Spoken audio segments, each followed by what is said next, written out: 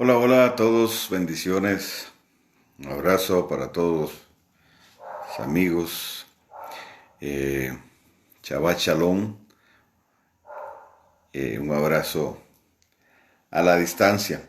Feliz de estar con ustedes. La semana pasada pues no pudimos estar, estuvimos, estuvimos fuera de Ecuador y bueno, en Misiones del Reino estuvimos en República Dominicana y tuvimos un muy buen tiempo por allá. Bien, quiero saludar a Sergio Oparti, a Mario Alberto Kogan, un abrazo Mario, a Emma Rodríguez, a Ivonne García, a Lisani Castillo, eh, allá en Oro Prieto, en Brasil, a Lucía Alegría, a Débora González, a Norma Augusta, a Isabel Campo, ¿cómo va você?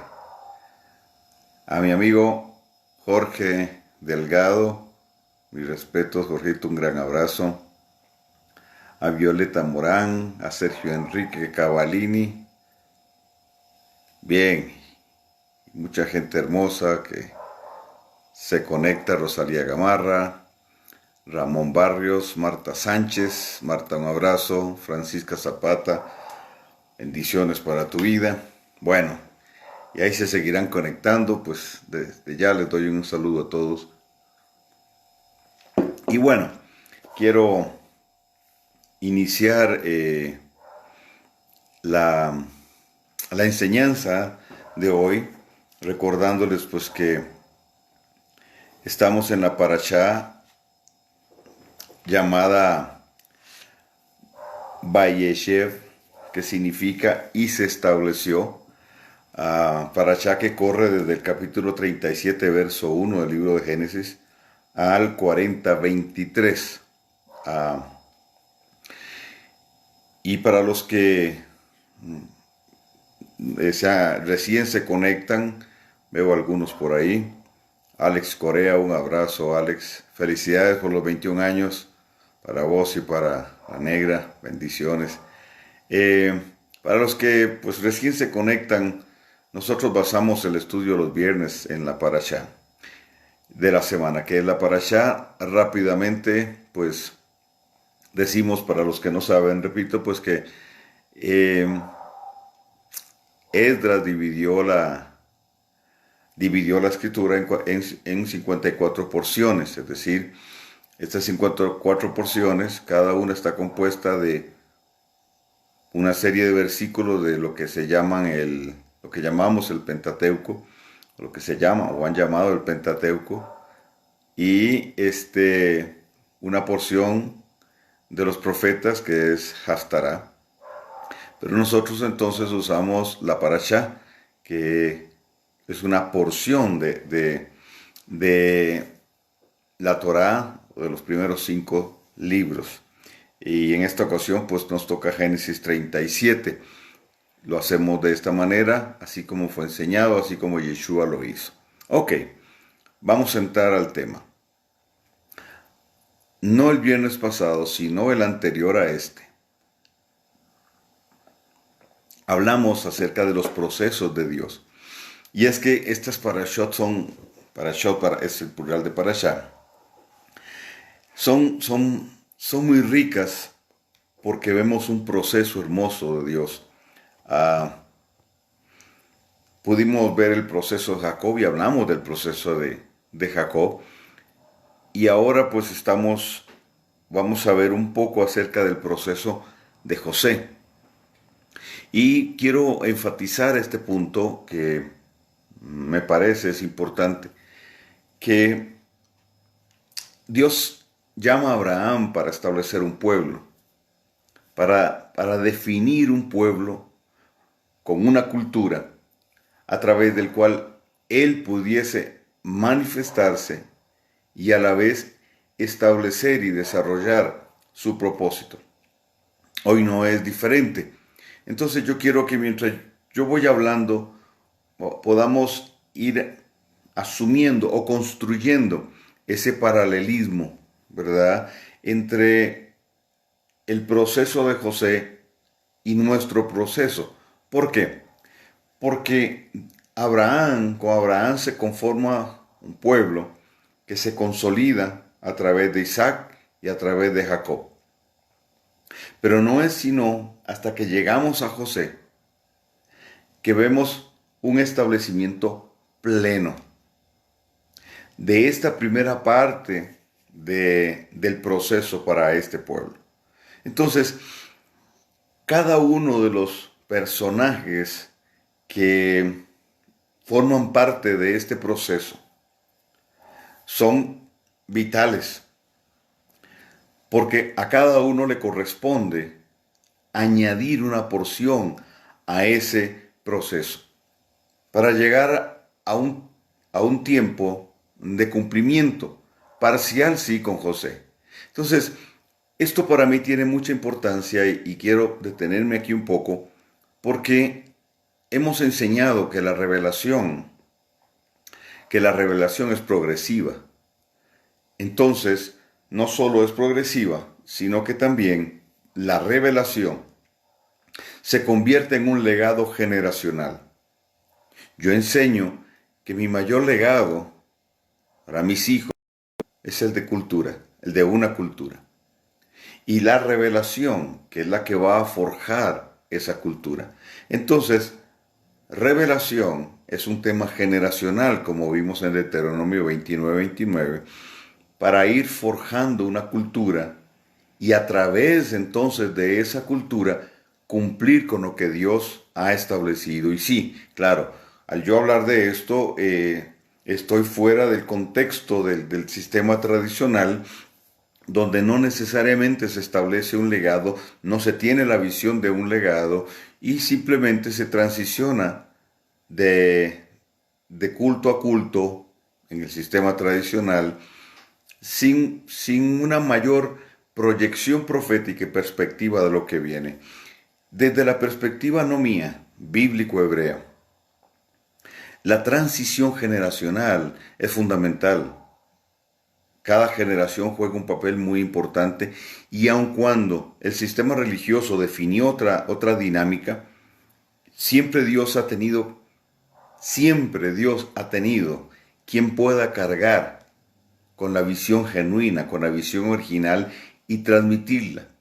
Llevar esa revelación fresca que marca una generación y pone la plataforma para que otra generación camine en una verdad mayor, en una revelación mayor, no porque sean superiores, sino porque todo lo que Dios diseña y todo lo que Dios define va en aumento.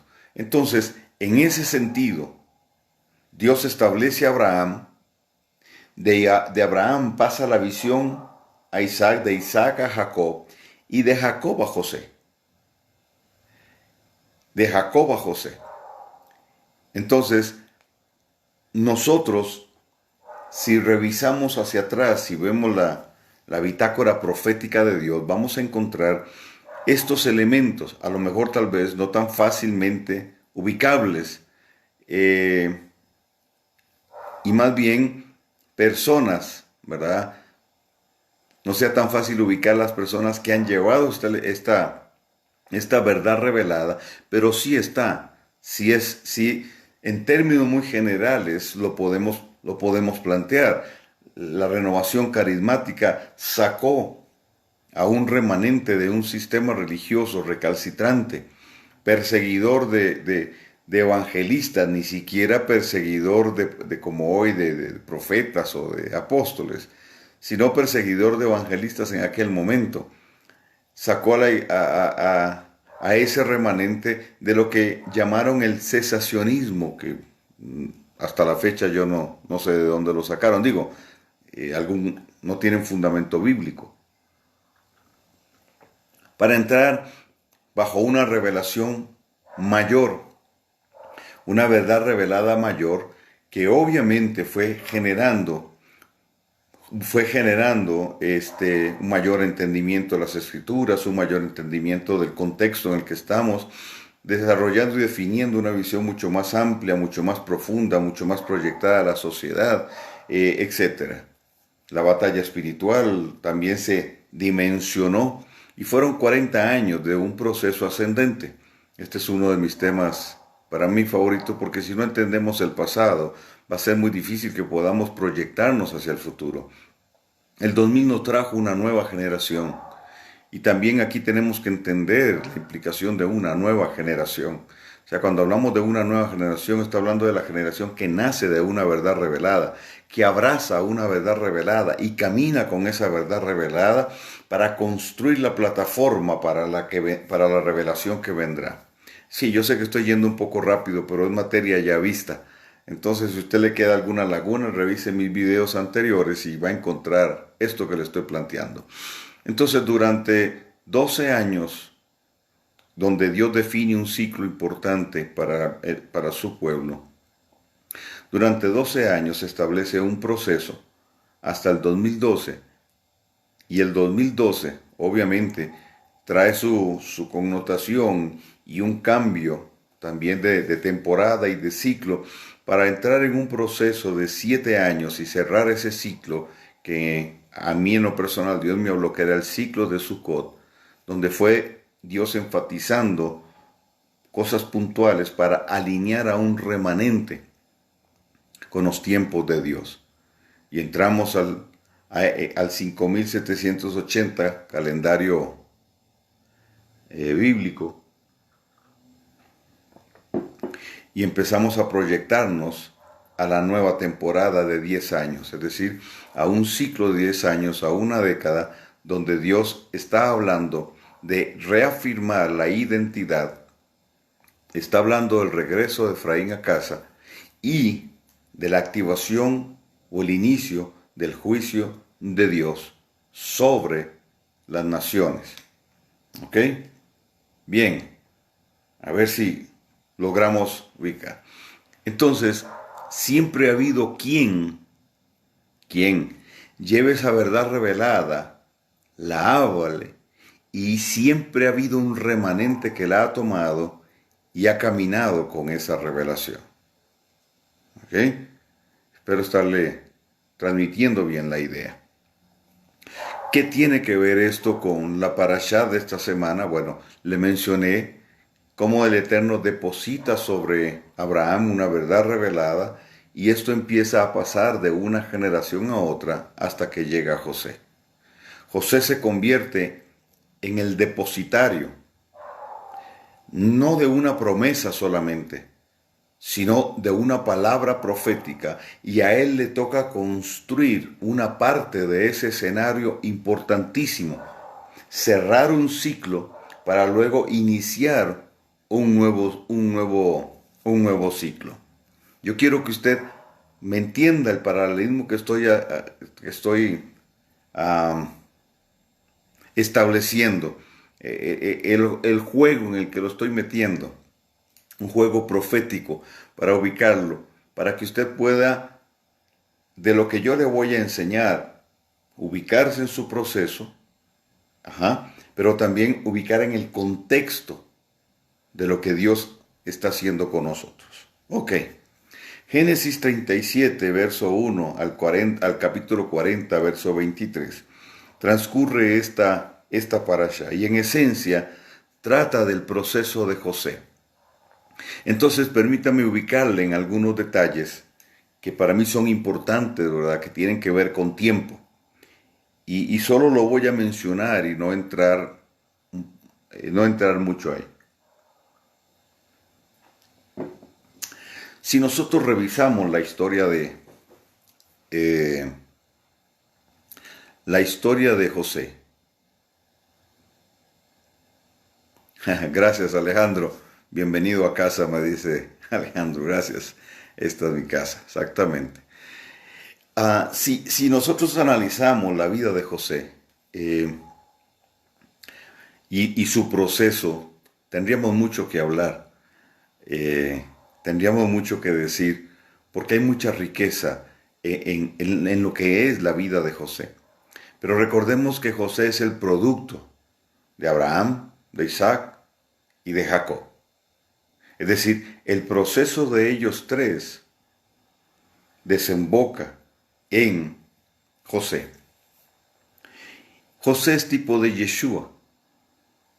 Entonces también la sucesión de José nos permite a nosotros ubicar qué es lo que Yeshua delega sobre nosotros y el contexto en el que hoy vivimos. La vida de José transita, en mi opinión, esta es mi opinión, yo la divido en 3 etapas, de 0 a 18, de 18 a 30 y de 30 a 120. ¿Por qué? Los primeros 18 años José los pasa en casa de su padre. En casa de su padre José aprende a las cosas básicas. En esos 18 años, José recibe la formación que le va a permitir desarrollar un carácter para enfrentar lo que venía. Algunos dicen que José era el preferido de Jacob, posiblemente. Pero yo no diría preferido de Jacob, sino sobre quien Jacob puso un gran énfasis. ¿Ok? También pues era hijo de su amada. Entonces, esto es importante porque lo que aprendemos en la casa del Padre es lo que nos va a servir para más adelante. Las bases de José para José fueron establecidas de 0 a 18 en ese proceso de formación, en ese proceso de instrucción de la Torá, pero también en ese proceso de instrucción de la función profética o de la línea profética que se estaba desarrollando a partir de Abraham hasta él. José es instruido bajo el entendimiento de que hay una proyección profética sobre él y sobre el pueblo, que hay un propósito que Dios definió, que hay un propósito que Dios estableció, y ese propósito lo requiere a él, requiere de su obediencia, requiere de su constancia, etcétera, etcétera, para que ese proyecto no se detenga, no sea abortado, sino que pase de forma segura a otra generación. Ese es un punto clave. Cada generación tiene que ser entendida en lo que está haciendo, en lo que le está siendo entregado y hacia quién lo tiene que entregar. El tema del legado es fundamental, el tema generacional en la Biblia es fundamental y en nuestro pueblo, es nuestra herencia, es nuestro legado. Tenemos que entender entonces que no es un tema de levantar iglesias, de levantar templos, es un tema de transmitir una visión, es el tema de la continuidad que se requiere para llevar a cabo el propósito que Dios estableció. Entonces, José es entendido en que él es un eslabón clave e importante y que todo lo que le sucede en su vida va a determinar negativa o positivamente lo que vendrá. Va a marcar un precedente negativo o positivo. Va a determinar una línea espiritual que podría ser más influenciada por el enemigo que por Dios, o una línea espiritual cerrada a toda forma de ataque del enemigo, de desviación. Ok, los primeros 18 años de José, entonces repito, reitero, son fundamentales. Pero ese ciclo de 18 años termina abruptamente. El orgullo, la vanidad y la envidia de sus hermanos generan un cambio drástico en la vida de José. Ahora, usted va a tener que leer la historia completita si no la ha leído, porque no me voy a detener ¿cómo se llama? No me voy a detener mucho en este punto. O sea, yo voy a ir avanzando, doy por sentado que usted conoce la historia y si no, pues ahora le van a dar a las 3 de la mañana leyendo bien todo lo que le estoy mencionando. José tiene un sueño. Bueno, José tiene 2 sueños. Y en uno de los 2 sueños, él ve 11 espigas que se inclinan a una espiga en el centro mayor que las demás espigas.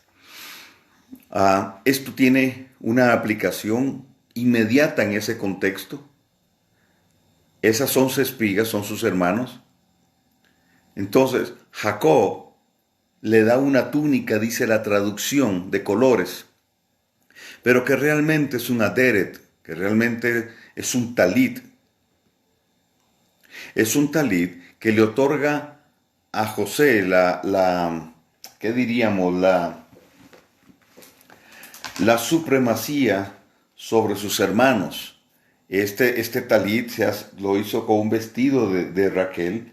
Entonces, implica, según el contexto, asumir la dignidad de jefe, es decir, la primogenitura.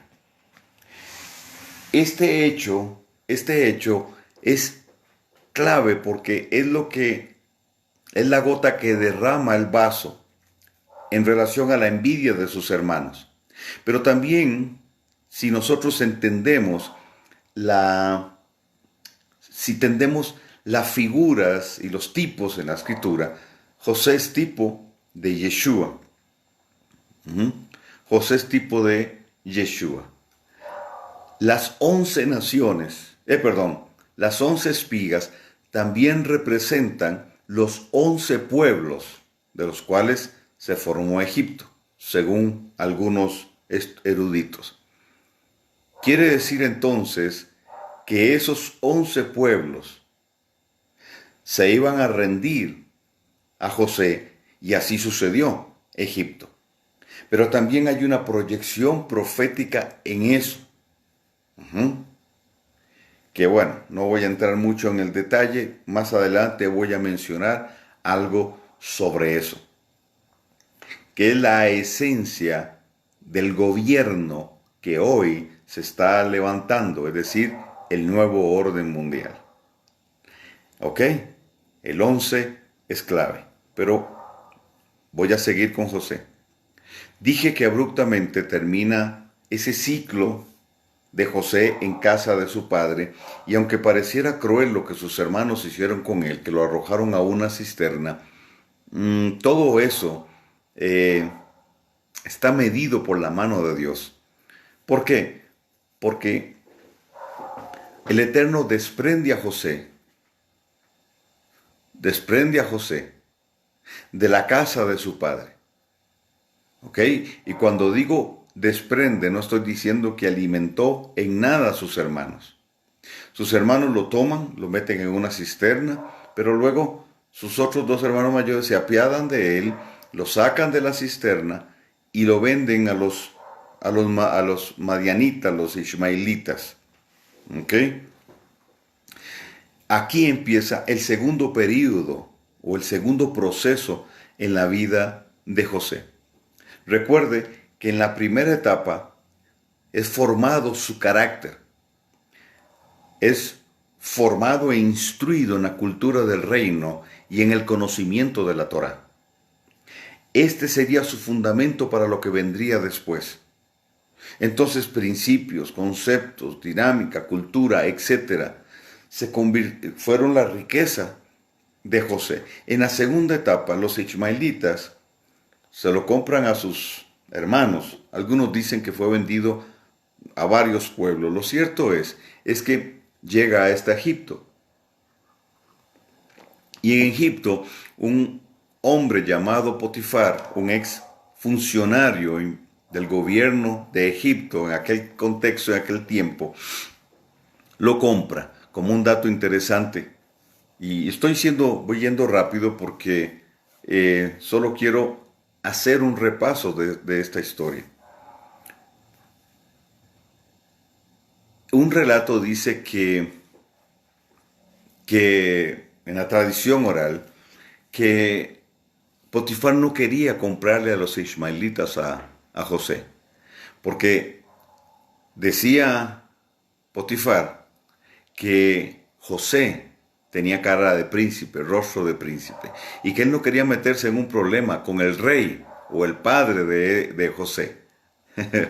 Imagínense cómo podía estar José, posiblemente demacrado, a lo mejor andrajoso en sus vestiduras, está siendo vendido como esclavo, estuvo en una cisterna, qué sé yo, especulo en este sentido. Pero lo cierto es, y esto sí lo dice la tradición, que no lo quiso comprar Potifar porque dijo, este tiene cara de príncipe y ustedes me lo van a vender y yo me voy a meter en un problema con su papá. Qué interesante que la esencia de lo que somos se nos va a salir donde quiera que estemos, no importa en qué condición estemos, siempre habrá un testimonio del Espíritu de Dios de quiénes somos nosotros. Y los entendidos en este tema, pues, lo van a poder discernir, lo van a poder ver y lo van a poder valorar. Entonces, ok. Este periodo para José fue importante porque luego lo compra Potifar y al ver, dice el relato bíblico, que el eterno Dios estaba con él y que todo lo que hacía prosperaba, lo puso al frente de toda su casa. Luego entonces sucede un hecho que para mí es muy impresionante, porque la rectitud de José y su apego a la Torá, aún en tierra egipcia y siendo esclavo, ¿okay? Porque es comprado por Potifar. José hace prosperar todo lo que Potifar tenía. Él aplica todos los principios que aprendió en casa de su padre. Y entonces le funcionan y ve prosperar la casa para la cual servía, la casa de Potifar. Recalco entonces la importancia de ese periodo de formación que José tuvo y la importancia de los periodos de formación en nuestras vidas.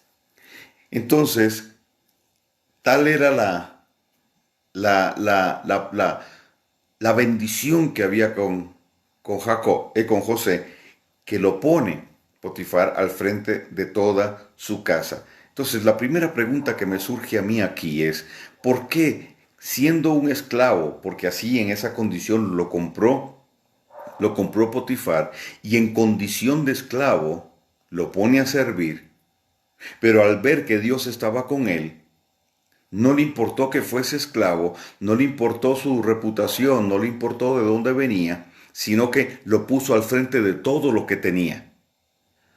Yo pregunto, ¿no habían más egipcios ahí como para entregarle la administración de todos sus bienes? Pareciera ser que era un hombre rico. A un egipcio, a alguien de casa, a alguien del pueblo, a alguien con la cultura del pueblo. No, se lo entrega a un extranjero y esclavo además, con un pasado pues parecía que, ¿verdad?, un poco oscuro en el sentido de que no se sabía mucho, comillas. Sin embargo, a mi parecer, algo sabía Potifar, algo sabía, porque le da la confianza, no solo el testimonio, no solo el respaldo de Dios, sino que algo sabía Potifar, y ya le voy a decir qué sabía Potifar. Llegó un día cuando se celebra la fiesta del Nilo. En la fiesta del Nilo era obligatorio para todo el pueblo, aún esclavos, ir a esa fiesta. José no va a la fiesta del Nilo. A pesar de, por encima de, y bajo cualquier riesgo, él no va a la fiesta del Nilo. Se queda en casa. El problema de mucho pueblo de Dios hoy es que sigue yendo a las fiestas del Nilo, va a las fiestas del Nilo. Usted me disculpa, pero es así. Navidad es una fiesta, es como una fiesta del Nilo, porque el Dios que se adoraba en el Nilo es el mismo que patrocina la Navidad, es el que está por encima de la Navidad y de ese espíritu de Navidad. Ok, por cierto, yo establezco una diferencia entre Navidad y Natividad. Natividad celebra el nacimiento de Yeshua, y qué bueno, pero Yeshua no nació en diciembre. Me han dicho, ¿por qué no ha escrito nada? porque ya me cansé, ya yo pasé esa etapa. El que quiera seguir creyendo que Yeshua nació un 25 de diciembre, en el día del sol naciente, el día del nacimiento de Tamuz, pues es su problema. A gusto del cliente, ¿sí? Pero sí tenemos claro que Yeshua nació, pero nació en fiesta de tabernáculos por todo el contexto que se da en la escritura. Y la Navidad es una construcción de elementos paganos que luego se mezcla con la mercadotecnia norteamericana y tenemos lo que tenemos hoy, ¿verdad? Por cierto, también hay muchos hoy sacando, eliminando sus suscripciones a Netflix por, por la aberrante serie que sacaron, que yo igual condeno, por supuesto, pero yo reflexiono y yo digo, bueno, qué lindo, qué hermoso, qué radicales. Miles de miles se han sumado y se seguirán sumando a esto, a cortar con Netflix por sacar esta serie. Y está bien, a decisión de cada uno. Yo, pues, aplaudo en cierto sentido la iniciativa radical, pero yo les digo, deberían ser radicales igual con todo aquello que representa una afrenta a nuestro Señor, todo aquello que distorsiona la verdad de nuestro Dios, deberían también ser radicales y eliminar todas esas fiestas paganas que celebran. Así es que si usted ya eliminó Netflix y el 24 se va a sentar a los pies del arbolito, yo creo que tiene que meditar un poco más. Bien, vuelvo con José. ¿Qué pasó con José? ¿Qué pasó con José?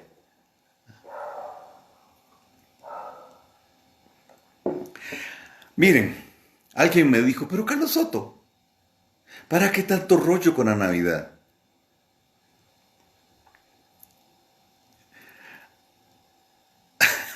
Daniel Obed me pone, hay que seguir viendo Shadowhunters. Así es, hijo mío, hay que seguirla viendo porque está muy buena.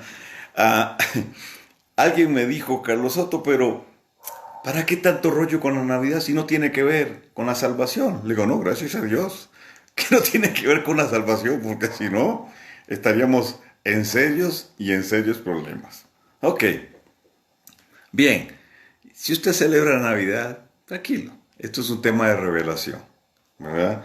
Pero yo no soy un gremlin como un Grinch como me dijeron. No, no, no, no. Simplemente no me gusta que me engañen. Yo no sé si a usted le gusta que le engañen, pero a mí no me gusta que me engañen.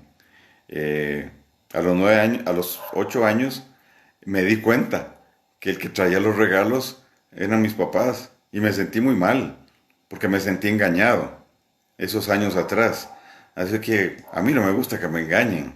La Navidad es una construcción pagana y una suplantación de la paternidad de Dios, entre otras cosas. No hay ni un pasaje bíblico que sustente la Navidad. Ni uno solo. Ni uno. ¿Ok? Bien, sigo adelante. José, tenemos mucho que decir de José. Ok,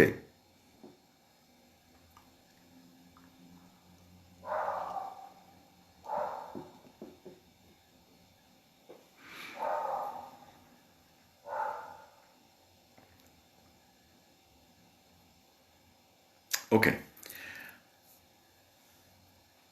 El tema con José entonces se pone complicado porque él no va a las fiestas del Nilo y la esposa de Potifar tampoco va a las fiestas del Nilo.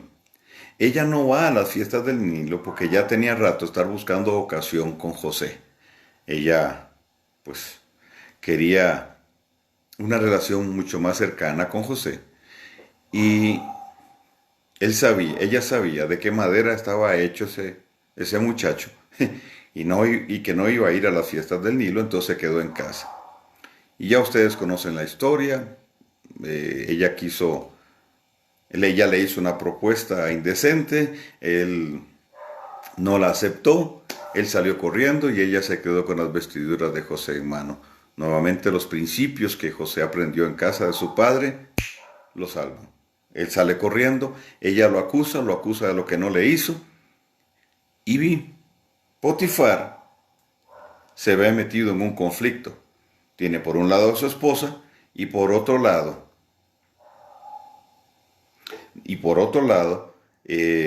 a su fiel administrador, la gallinita de los huevos de oro. Entonces, José es enviado a la cárcel. El delito, según las leyes egipcias, del cual lo acusó la esposa de Potifar, llamada Zulajía, fue de abuso sexual. Entonces, la pena era de muerte porque él era había sido un alto funcionario en Egipto.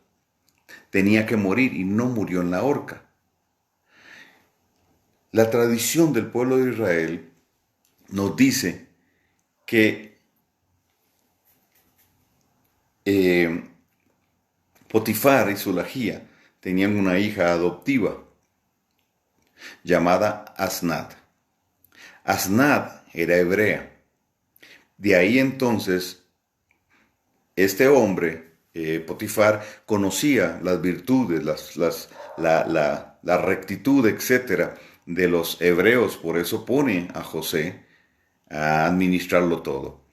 Ella, Asnat, le dice a su padre adoptivo todo lo que sucedió porque tampoco ella fue a las fiestas del Nilo. Pero él no podía divulgar a su mujer, entonces parece que hubo una negociación y la pena bajó. José entra a la cárcel y luego en la cárcel se suscitan varios eventos que ya usted sabe y no, repito, no voy a entrar ahí. Suscitan varios eventos y uno de ellos es el sueño de Faraón que le permite entonces a José salir de la cárcel. ¿Ok? Esto sucede a los 30 años. Entonces, el primer periodo de José es de 0 a 18 y el segundo es de 18 a 30 años. Exactamente 12 años. Esos primeros 18 años es de formación de carácter y esos 12 años él es sometido a un proceso que le va a preparar, que va a desarrollar en él el carácter de gobernante. A ver, y aquí es donde yo empiezo a entrar en tema profético. Es donde empiezo a tomar esta hermosa historia y sus principios para proyectarnos proféticamente a lo que estamos viviendo y hacia lo que viene. Los procesos de Dios son proféticos. Los procesos de Dios siempre nos van a llevar de algo menor a algo mayor. Los procesos de Dios nos llevan a cruzar los límites de ciertas etapas, los límites que el enemigo nos ha puesto, a romper a ciertos condicionamientos, porque entonces nos levanta para poder llevar a cabo la otra parte de lo que Dios estableció. Entonces, el primer periodo es de 18 años, el segundo es de 12 años. Luego, a los 30 años, justamente a los 30 años, cuando Yeshua empieza su ministerio, José es promovido. Y como ya usted sabe, Faraón lo pone como segundo a bordo. Es decir, José gobernó Egipto durante 80 años. Vivió un proceso en la casa de su padre de 18, un proceso de 12 años para desarrollar el carácter como gobernante, para gobernar 80 años. Y yo creo que el pueblo de Dios está en una etapa similar, porque estamos apuntando a una etapa de gobierno donde vamos a establecernos en un sentido bíblico y de reino, en gobierno. En gobierno. Los procesos de Dios entonces nos llevan a sentarnos en una silla de gobierno. Yo le llamo a esta enseñanza procesados para gobernar.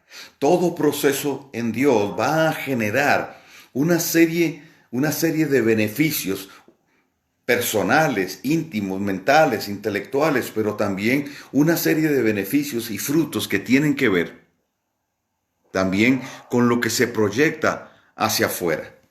Entonces, el proceso que Dios establece con José de 18 y luego de 12 años Es decir, ese proceso de 30 años le faculta, le capacita para gobernar 80 años. Él fue procesado de 30 para gobernar 80. Yo no sé qué piensa usted, si usted prefiere un proceso de 80 para gobernar 30 o un proceso de 30 para gobernar 80. Eso es a gusto del cliente igual. Creo que Dios nos va llevando en esos procesos para asentarnos y posicionarnos. Entonces, esos 30 años generaron en este hombre, en José, el fundamento y la fuerza, no física necesariamente, sino espiritual, moral, etcétera, para gobernar 80 años y gobernar con éxito. ¿Ok? Entonces, ¿cuáles son los beneficios? ¿Cuál es el fruto de ese proceso de 30 años? Yo le voy a mencionar hoy 12 frutos de ese proceso, y aquí es donde yo quería llegar. Por eso fui muy rápido en esta historia, en la historia de José, que tiene elementos hermosos, hermosísimos. Pero yo quería llegar aquí, es el sentir que tengo de hablar de cuál es el fruto de ese proceso. ¿Cuál es el fruto de los procesos de Dios en nuestra vida? Le voy a mencionar los de José, pero posiblemente sean los suyos. Durante esos 12 años, José fue metido a la cárcel injustamente por un delito que no cometió. Estando en la cárcel, el alcaide de la cárcel lo nombró a él el administrador de la cárcel. Y dice el relato bíblico que hizo prosperar la cárcel. Pero no es eso lo que tanto me impresiona de José. Lo que me impresiona de José es lo que la Escritura menciona, que a pesar de todo eso que él vivió, nunca blasfemó contra Dios. Él nunca se levantó contra Dios. Él nunca renegó de su condición. Él entendió que aquel sueño, palabra revelada que Dios le trae, iba a tener un cumplimiento. José sabía que Dios procesa para llevar a algo mayor. José sabía que no lo iba a dejar ahí postrado y siempre esperó que Dios lo promoviera, que Dios fuera el que lo sacara de ahí, porque fue Dios mismo quien lo metió en esa condición y Dios mismo lo sacaría. José nunca perdió esa perspectiva, por eso nunca se frustró. Nunca se frustró, porque cuando una persona se frustra, tiende a renegar contra Dios, a decir: Señor, ¿por qué estoy en esto? ¿Por qué solo a mí me pasa esto? Pero este hombre, dice el relato bíblico, que no generó ninguna palabra de reproche contra Dios y menos de blasfemia contra Dios. Se mantuvo, y la única manera de mantenerse firme en una condición o en condiciones como las que él vivió es tener claro el destino profético, saber con toda claridad hacia dónde va y conocer al Dios de los procesos. Entonces, a los 30 años se cierra un ciclo en la vida de él para empezar un nuevo ciclo. Y todo lo que él recibió en esos 30 años ahora es puesto en práctica en esos 80. Entonces, su fidelidad, su lealtad, su compromiso durante el proceso le permite experimentar 12 frutos o consecuencias de ese proceso. Número 1, promoción. Todo proceso en Dios te va a traer promoción. José fue promovido por su carácter, no por sus dones. Porque recordemos, y eso se verá en la parashá que sigue, recordemos que José, que cuando Faraón tuvo el sueño, el copero, un año después, se acordó de José. Cuando José le interpreta el sueño al copero y le dice, en 3 días serás restituido en tu puesto. Cuando eso suceda, le dijo José, acuérdate de mí. Eso quiere decir, háblale al faraón de mí. Sin embargo, no era el momento. Ese sueño se lo interpreta al copero y el copero es restituido en su puesto en Rosh Hashanah o Yom Teruah, en una festividad. Un año después, en esa misma festividad, Faraón tiene el sueño. Entonces el copero se acuerda de José y lo manda a llamar el faraón porque le habla de José. Le dice de José que José le puede interpretar el sueño. Porque anteriormente, ¿qué le hubiera dicho? En el momento que es restituido el copero, ¿qué le hubiera dicho el copero a Faraón de José? Mira, él está en la cárcel, casi viola a uno de la esposa de uno de tus funcionarios, pues buena gente el tipo. No. Pero cuando Dios propicia el sueño sobre Faraón, porque fue Dios, es la puerta de salida de esa condición para José y la puerta de entrada al nuevo ciclo. Y eso está sucediendo hoy, y a muchos de ustedes que me están viendo les está sucediendo esto. Cosas negativas les han sucedido, pero ahora una puerta se abre para entrar en un nuevo tiempo. Entonces, José interpreta el sueño de Faraón. El faraón no se lo dice completo, pero él le dice el sueño completo y se lo interpreta además. Recuerden las vacas flacas y las vacas gordas y las vacas flacas. Pero cuando José llega a la corte de Faraón, hay magos, hay adivinos, hay chamanes. Y José puede interpretar el sueño y ellos no. Pero el tema no está ahí. El tema de José no está en que solo interpretó el sueño, sino que él estaba calificado para llevar ese sueño a cabo.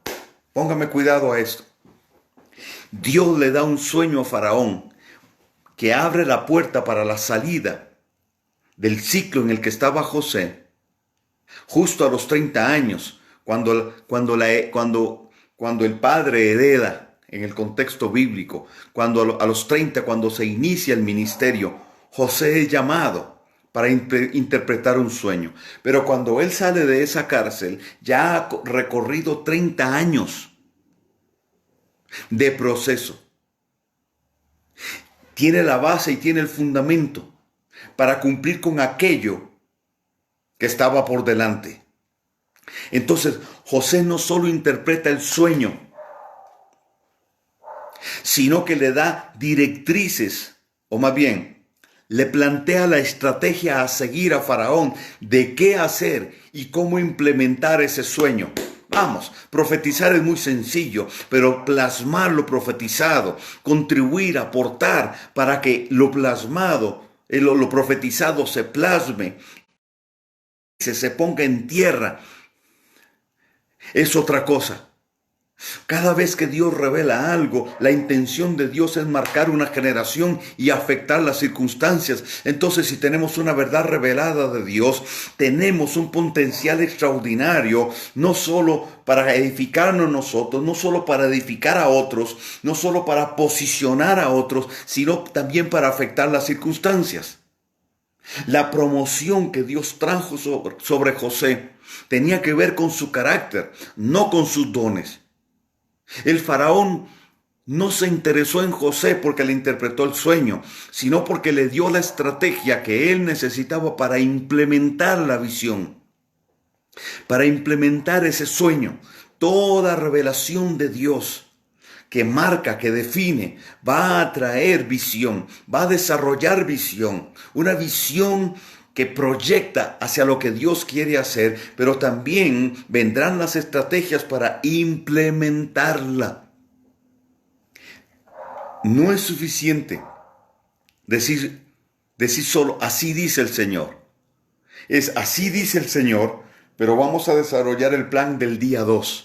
Esta etapa en la que entramos de estos 10 años, vamos a operar bajo este principio, bajo esta premisa, así dice el Señor, pero vamos a implementar y vamos a trabajar justamente con lo que Dios dijo. Vamos a ponerlo en práctica y habrá una asistencia de Dios importante para eso, para aquellos que han sido procesados en carácter. Hoy hay mucha gente bajo la expectativa de las manifestaciones y está bien, hay manifestaciones de Dios, pero Dios requiere gente con proceso, gente con carácter sólido que pueda llevar a cabo lo que Él estableció, porque profetizar cualquiera profetiza, hasta el asna de Balán, pero el carácter que se requiere para poder implementar lo que Dios dijo, eso es otra cosa. Y Dios viene preparando en esta nueva etapa una generación con la capacidad para poder implementar lo que fue profetizado. Entonces vienen proyectos que van a afectar la sociedad. Número 2. El proceso posiciona a José. Lo posiciona en una silla de gobierno. Todo el proceso que él vivió fue para sentarlo en una silla de gobierno. Y si usted revisa bien, Faraón solo fue una figura quien estuvo detrás y quien movió todo. Fue José. Él fue quien movió todas las cosas. Todo proceso en Dios aprobado, posicionar en una silla de gobierno, en tu casa, en tu trabajo. No que vas a ser el jefe, pero Dios te va a usar como un legislador y tus decretos van a hacer eco en tu contexto, en la ciudad, etcétera. Hay muchas formas de ejercer gobierno desde la perspectiva del reino. Y una de las palabras en el hebreo para gobierno es guiar. Entonces, uno que gobierna es el que guía. Para guiar hay que ser luz. Y eso es fundamental. 3. Los procesos de Dios para José no solo lo promueven, lo posicionan, sino que también Dios le activa recursos. Dios le activa recursos. Recursos que lo beneficiaron personalmente. Prosperidad, sí, pero también recursos que Él puso a disposición del propósito. Vienen días donde Dios va a soltar recursos a aquellos que no han ido a las fiestas del Nilo, aquellos que no están comprometidos ya con las fiestas del Nilo, que cortaron, que le devolvieron el anillo del pacto, a todas esas fiestas de construcción pagana, a todas esas fiestas que han sido distractores, que se han metido como espinas en nuestro costado, como lastres que no nos han dejado avanzar. Si bien es cierto, no nos han robado la salvación, porque no lo pueden hacer, pero sí en un momento determinado nos robaron fuerza, nos quitaron fuerza. ¿Por qué? Porque toda fiesta pagana se convierte en un acuerdo tácito con aquel que las estableció con un propósito: ser la contraparte a los moedín de Dios, a las fiestas de Dios. Aquellos que hemos trabajado para salir de Babilonia y que Dios arranque todo vestigio de Babilonia, todo paradigma, etcétera, es a quien Dios le va a soltar recursos. Lo vengo iré haciendo y cada viernes se lo voy a recordar hasta que eso sea una impronta en su vida y usted lo cuente con ello, porque Dios va a soltar recursos. Todavía no hemos visto a Dios abrir plenamente su buen tesoro, el cielo, para derramar la lluvia en su tiempo. Hay un tiempo de prosperidad genuina de Dios que viene, no bajo la teología de la prosperidad, sino prosperidad genuina de Dios con recursos que vienen de Dios. 4. Credibilidad. Credibilidad. El proceso de Dios para José le dio credibilidad delante de la gente. A ver, señoras y señores, José era un reo. Pesaba sobre él una gran acusación.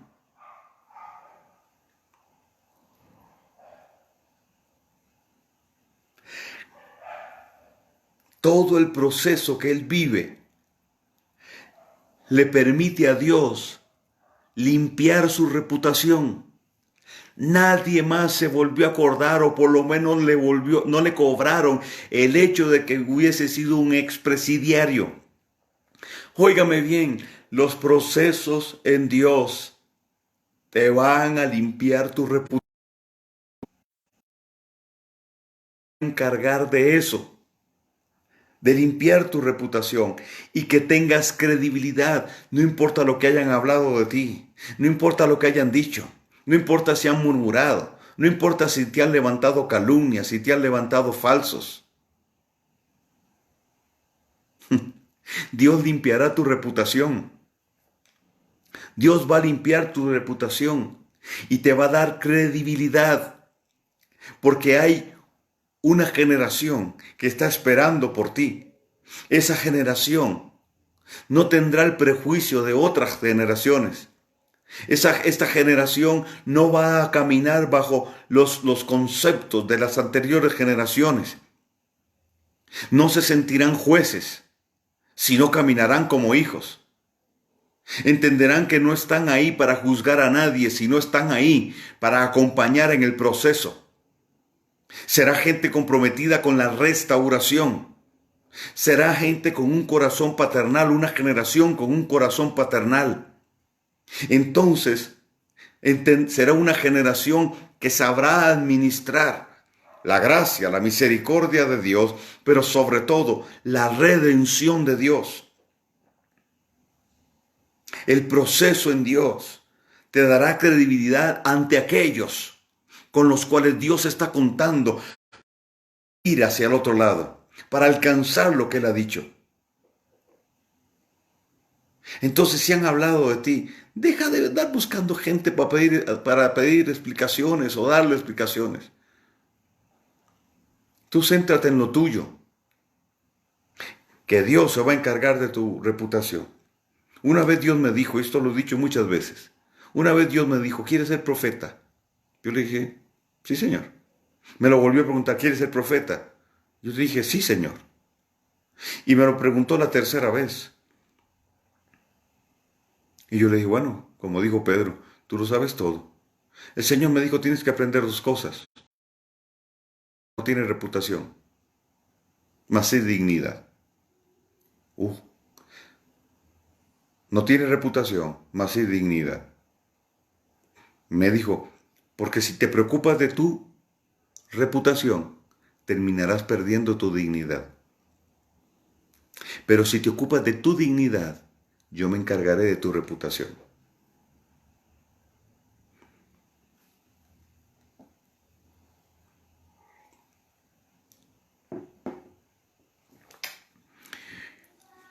Dirían en Dominicana, ¿y entonces? ¿Es verdad? Entonces, credibilidad. Dios te dará credibilidad ante aquellos que no la tenían. Los procesos de Dios te devolverán la credibilidad, porque Dios trabaja por tu reputación.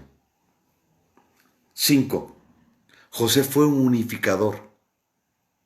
José unió a Egipto, pero no solo unió a Egipto, unió a su familia. Hay una generación con un corazón paternal que va a trabajar. Perdónenme, no haciendo desayunos o almuercitos para pastores. La verdadera unidad, la unidad que nace de caminar en la misma revelación. Y no estoy hablando de perder la individualidad, de perder la autonomía como ministerios, como congregaciones. Estoy hablando de una visión verdadera de reino y no una visión piramidal, sino de reino. José fue un unificador. Su corazón paternal lo llevó a perdonar a sus hermanos, a unir la familia y a establecer 70 hebreos en Egipto. 66 que venían con Jacob, más 4 en Egipto. José, Asnat, la hija de Potifar, adoptiva, Efraín y Manasés. 70 personas iniciaron ahí. Fue un unificador. Trabajar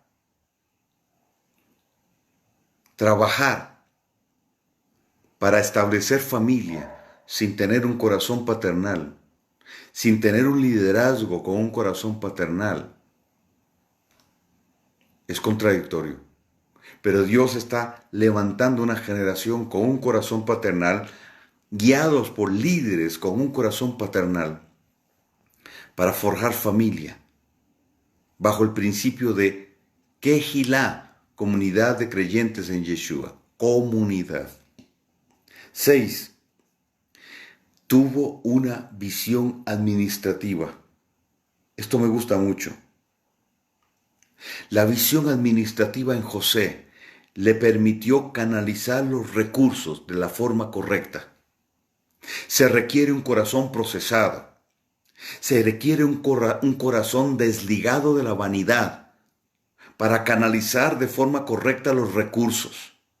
La verdad revelada que se nos revela, que se nos da, es un recurso. Algunos recibieron una verdad revelada, la pusieron a trabajar y empezaron a prosperar. Creció la gente, creció el ministerio, creció en palabra, pero luego pusieron a esa palabra a trabajar para ellos y se cortó la fuente. Tuvo una visión administrativa de los recursos que estaban a su disposición.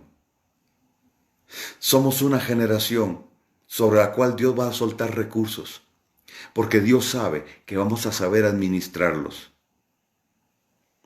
que vamos a administrarlos mejor que otras generaciones atrás. ¿Por qué? ¿Cuál es la diferencia? Porque tenemos una visión de reino. Tenemos una visión de reino. 7. Hizo de Egipto una ciudad de refugio. Cuando vinieron las vacas flacas, las puertas se abrieron. Y entonces los recursos que él había canalizado, la estrategia que él había desarrollado, sirvieron para que muchos vinieran y encontrasen refugio. 8. José fue un portador de una semilla de multiplicación generacional. A ver, José tenía un depósito profético. Era el heredero de un depósito profético. Lo que Dios le dio a Abraham pasó a Isaac, luego a Jacob y de Jacob a él. Entonces no es solo una designación. Bueno, como vos naciste, pues bueno, te tocó. No. Es una esencia que se trae. Es una esencia espiritual. Él era el portador. Somos una generación que cargamos semillas de multiplicación generacional. Y al impartir esto, estamos depositando esa semilla para que se multiplique. Porque Efraín tiene que volver a casa. Unido con el punto 8, el punto 9. El punto 9, el proceso en José lo llevó a ser un contenedor profético. Es decir, él portaba una profecía y se convirtió en una profecía viviente. Porque todo lo que él hizo abrió brecha, abrió camino. Cada paso que él dio, cada decisión que él dio, estableció calzada para el cumplimiento de lo que Dios había dicho. Por tanto, él caminó y avanzó teniendo claro de dónde venía y de quién venía, pero también teniendo claro hacia dónde iba y cuál era su rol. Óigame bien lo que le estoy profetizando ahora. Dios está haciendo de ti un contenedor profético, pero tienes que empaparte de dónde venís, cuál es tu origen, para poder ubicarte en tu presente y poder proyectarte hacia lo que viene y entender el contexto global profético donde Dios está hablando y todo lo que está sucediendo en ese contexto y cuál es tu rol en todo eso. Es un tema de llamado para poder desarrollar propósito. Él portó esa sustancia y se la transfirió a Efraín. Y luego ya sabemos lo que sucedió después. La división de del reino en dos casas, Efraín esparcido por las naciones, y ahora Efraín está volviendo, porque Efraín es corona de los gentiles. Meloja Goyín. ¿Me explico bien? Lo que transfirió José no fue una instruccioncita. Él como un contenedor profético portaba una semilla. Él como un depósito profético portaba esa semilla. Él no solo operaba bajo un corredor de legado consanguíneo, sino profético. Él fue una profecía.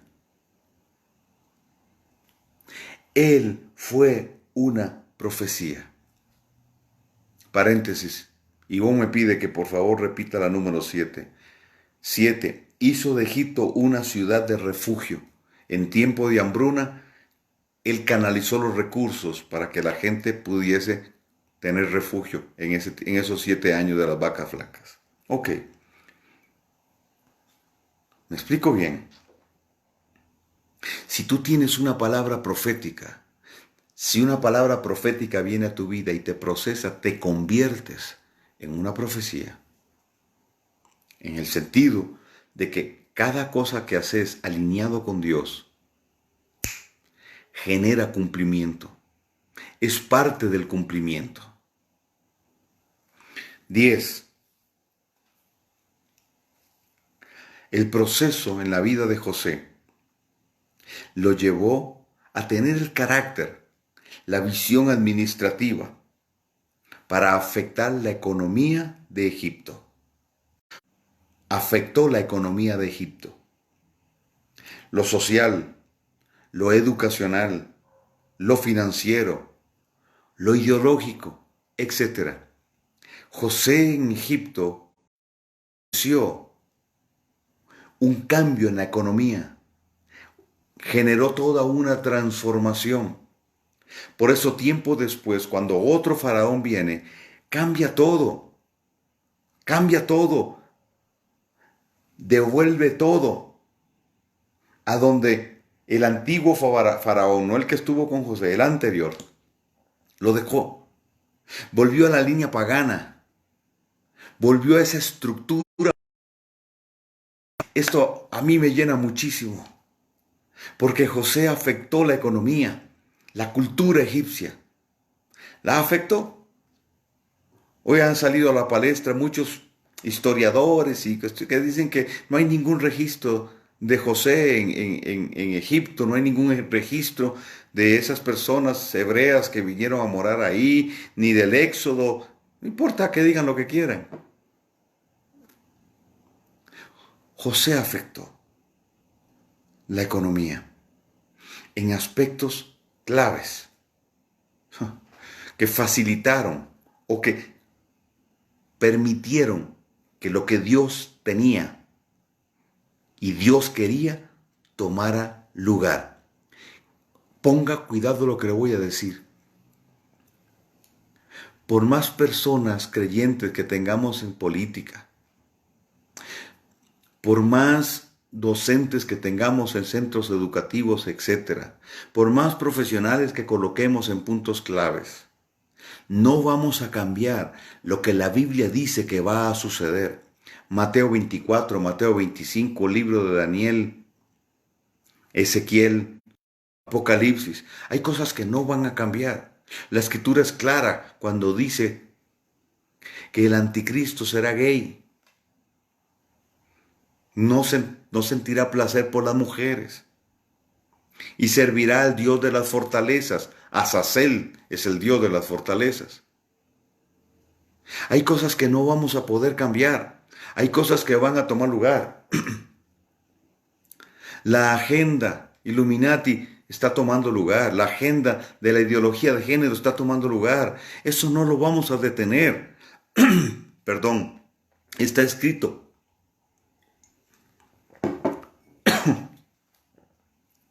Pero hay cosas que sí vamos a poder hacer. Y mucho pueblo que vamos a rescatar para Dios. Pero está en juego de juicio contra Satanás.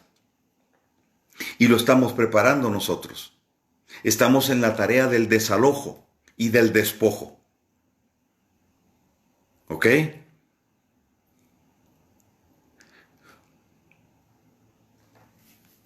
Entonces sí, vamos a afectar nuestra sociedad en aquellos puntos claves que se requiere cambio para que el propósito de Dios siga corriendo. Entonces, si usted quiere sumarse a una marcha en contra del aborto, pues hágalo. Pero yo creo que hay otra plataforma mejor que esa y muchísimo más efectiva para poder luchar contra eso. Pero salir a luchar contra eso sin entender de dónde viene y hacia dónde va, hacia dónde apunta, pues nos va a dejar a mitad del camino. Pero Dios está levantando una generación con características del pueblo de Isaacar. Entre esas, que conocen los tiempos, lo que está sucediendo. ¿Ok? Tan fuerte fue la influencia de José que hasta el campo educacional afectó. Hoy estamos frente a la propuesta de Roma, el Vaticano y el mundo musulmán para traer una alianza educacional. El 14 de mayo del 2020, el Papa está convocando, haciendo una gran convocatoria para dar a conocer los detalles de esta propuesta. Una educación global. Y las palabras del Papa, entre otras, fueron las siguientes.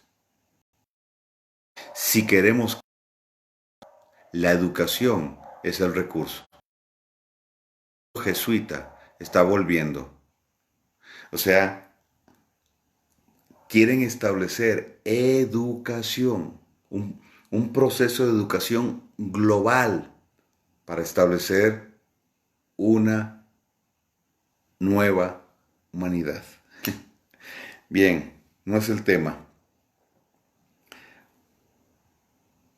José fue llamado padre.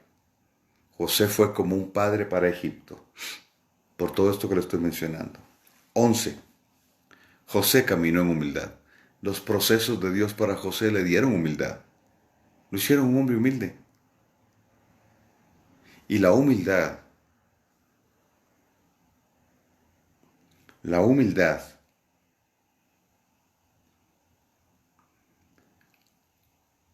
abre puertas. Y 12. En su sueño,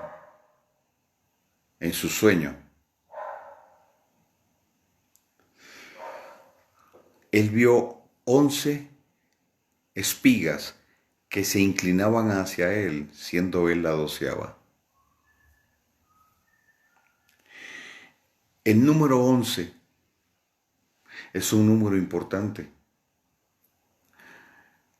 Y si yo entiendo el paralelismo, el simbolismo también y la interpretación que ese sueño tiene y su proyección profética hoy, nosotros los descendientes de Yeshua, de cual José era tipo, Dios nos está llamando a levantarnos en contra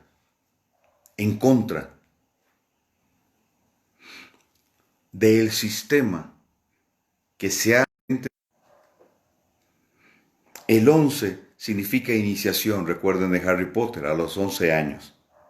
Pero también el 11 significa y representa supremacía. Supremacía. El 11 de septiembre, las Torres Gemelas formaban un 11.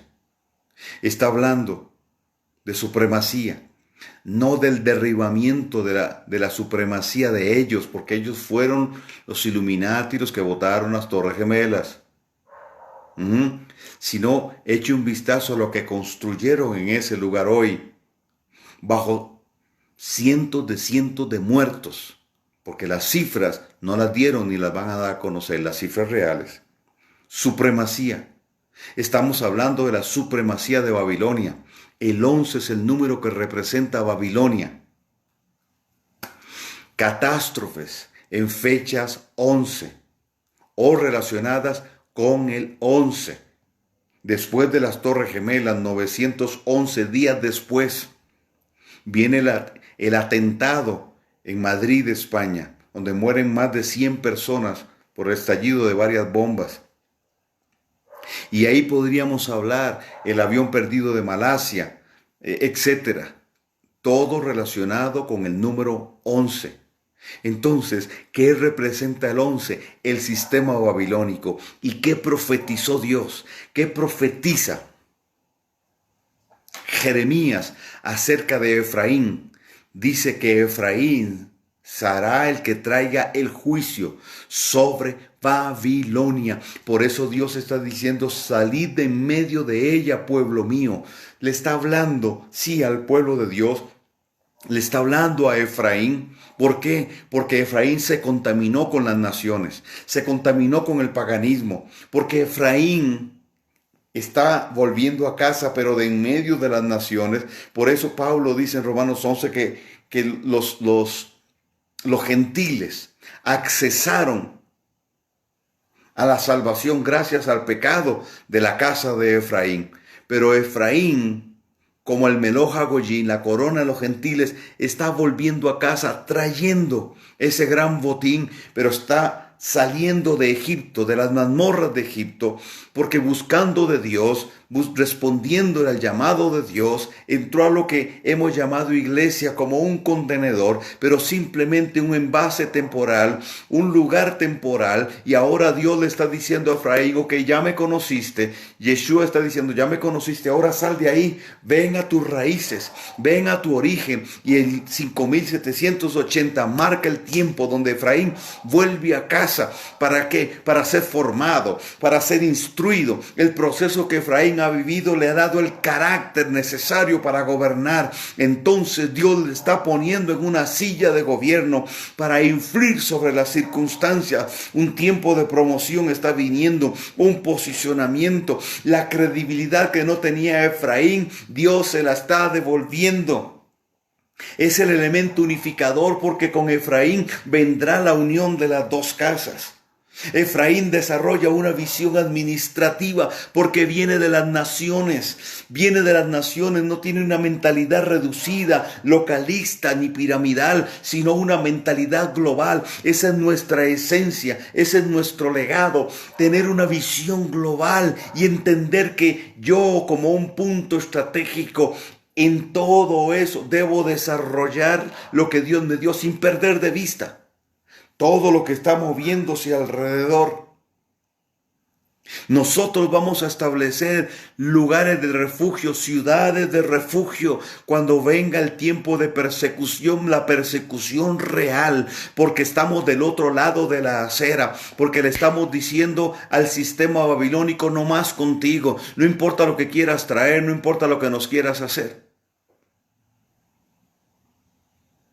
Y si nos tienen que quemar, como sucedió en el siglo II y siglo III, cuando dicen que quemaron cristianos, mentira, no fueron cristianos, porque fueron los cristianos, el cristianismo romano, quien mandó a quemar a los creyentes en Yeshua. Y muchos de ellos de la casa de Judá y otros de la casa de Efraín. Somos portadores de una semilla generacional. Somos un contenedor profético. Somos una profecía. para afectar la economía en los aspectos que tienen que ser afectados. ¿Me explico bien? Somos gente de gobierno. Somos gente de gobierno. Y a través de nosotros se establecerá el juicio sobre la simiente de la serpiente.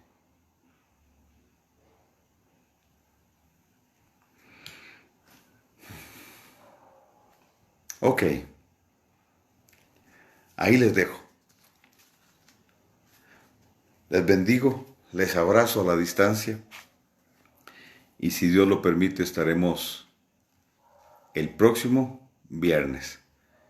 Y en estos días voy a hablar acerca de esta propuesta educacional que está trayendo el nuevo orden mundial usando al Papa y al Islam y al mundo árabe a través de uno de sus grandes ideólogos y educadores. Vamos a estar hablando de eso. ¿Qué repercusión tiene eso? ¿Qué representa esto? Bien, les bendigo y nos estaremos viendo la próxima semana. Mañana a las 9 estaré transmitiendo la parashá, pero ya extendida, porción por porción, a partir de las 9 de la mañana, hora de Ecuador, pero por la página de Facebook de Altares de Adoración. Estaré ahí, así es que entonces nos vemos mañana, si usted va a estar, si no, el próximo viernes. Shalom, shalom y Shabbat shalom para todos.